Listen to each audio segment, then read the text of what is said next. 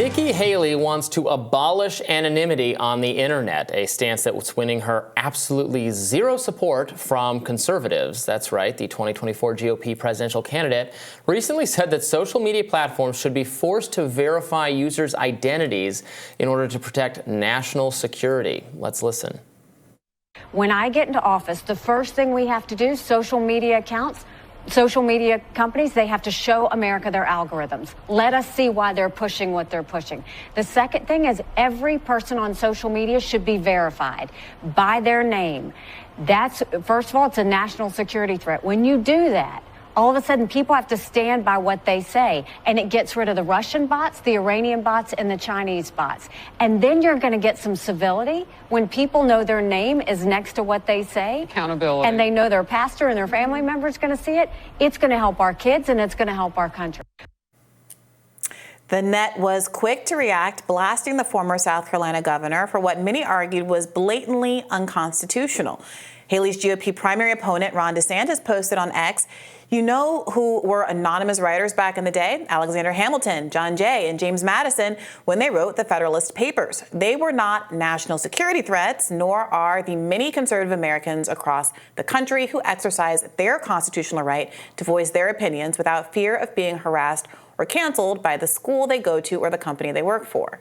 Not one to miss a chance to hit Haley. Presidential hopeful Vivek Ramaswamy made a similar point. Alexander Hamilton, John Jay, James Madison wrote the Federalist Papers under pseudonyms. Here's what they would say to Nikki Haley if they were alive.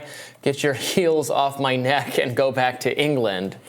All right. Friend of the show, Glenn Greenwald, also claimed the move would be unconstitutional, posting, "Is Nikki Haley aware that the Federalist Papers were written by founding fathers using pseudonyms?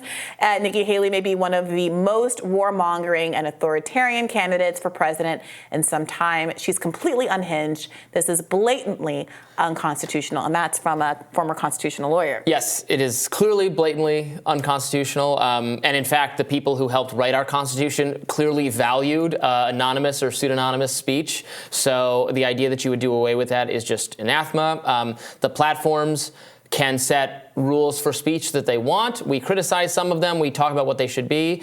But it strictly violates the First Amendment. Congress shall make no law. That's been understood by the Supreme Court to apply to the federal executive and the bureaucracy as well. They cannot, the federal government cannot tell people that they got to be verified to speak. Yeah. And so it's unconstitutional. It's also a bad idea for all the reasons being pointed out. She's going to make all of social media Facebook. We don't want Facebook. Which, by the way, would not solve this. I think she's pretending, and this is very much this is kind of like I'm just not going to say it. It's not a young person mindset for how the internet works. All right. Thinking that it'll be magically civil if everyone's name is attached to everything. There's a lot of incivility that people are posting under their own name. The idea that this would magically solve the bots problem is also not accurate. In another clip, she specifically said China, Iran, and Russia, but they can set up bot farms where people are working and getting verified and still doing all that activity. So it's not clear that would help. And so many people who are hated by the establishment are folks proudly and loudly posting their own name, like Glenn Greenwald, as Matt Taibbi was just saying. We were talking about the new UK Twitter files, as it were, saying that people like him are being targeted. People like Jeremy Corbyn are being targeted. And they're being targeted precisely because they do put their name behind their beliefs, and they have huge platforms and profiles as a consequence of demonstrating that consistency and bravery over time. So there was another...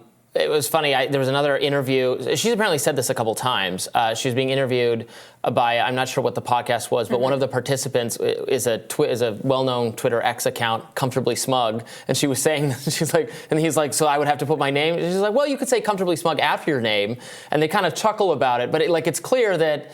I mean, there are conservatives who use this. There's leftists. There's all sorts of people.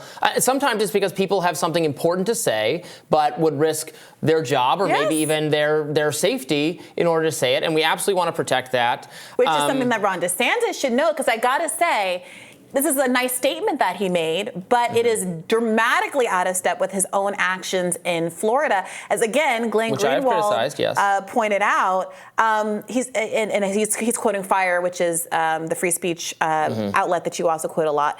As Fire notes, he says the University of Florida administrators are still violating the Constitution by telling banned groups that they can still exist only if they sign a vow denouncing Hamas.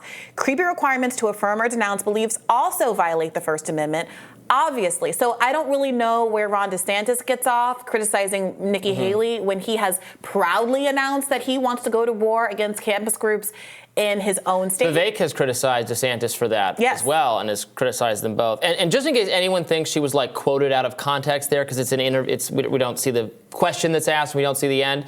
Byron York, who's a correspondent for the Washington Examiner, did ask the campaign about this, and she said, I'll read the statement, "We all know that America's enemies use anonymous bots to spread anti-American lies and sow chaos and division.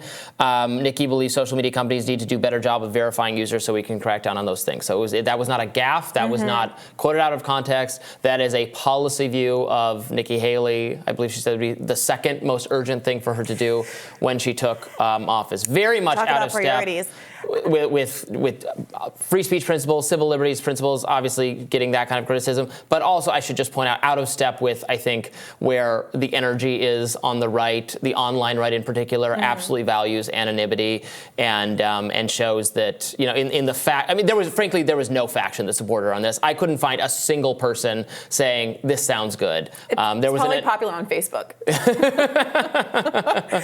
did want to ask you about, I'm sorry, did I cut you off? No, go ahead. I did also want to ask you about the first thing that she said, though, which is that she would try to impose algorithmic transparency, which I think is something of a different nature. I do wonder, especially since I said this about the Twitter files a lot, we know what Elon Musk disclosed, which was a small fraction of all of the email correspondence that has been going on for years, but the kind of human-driven censorship decisions at a company like that are themselves a very, very small fraction of all of the editorial decisions that get made because those are all algorithmic. Do you think that she's right about that aspect and there's some value to them having to open the kimono and show what's going on with their algorithms? I certainly think there would be value to knowing more about how the algorithms work. Of course, I mean, I think it's likely that it's going to run up against some of the same First Amendment challenges if somebody tried to impose this on the companies. The Supreme Court or lower courts might very well say that. I mean, I suspect our current court would say that, but we'd have to find out. The algorithm isn't saying anything. It's a computer program that's making editorial decisions. I don't know. Just like any other. I mean. Now, I think if you're really going to go about doing this, and this is what some people on the right favor doing, and probably some people on the left as well, maybe you could change the protection that they're getting under Section 230 to say that this is one theory. In order to get this protection, you have to do X, Y, or Z. You have to disclose your algorithms. That would involve rewriting that law, but still, that's just a law. Like the First Amendment trumps it, so they would still sue and say, no, we don't have to follow that. The First Amendment protects us from that. It would be an interesting legal battle. It's not clear they can do that. I certainly think it would be valuable to know more I do about wish, voluntarily, I wish someone like Elon Musk, who has articulated a shared value in this area, would just go ahead and do that. Yeah. I think it would be a lovely example to set voluntarily. All right, stick around. More Rising for you after this.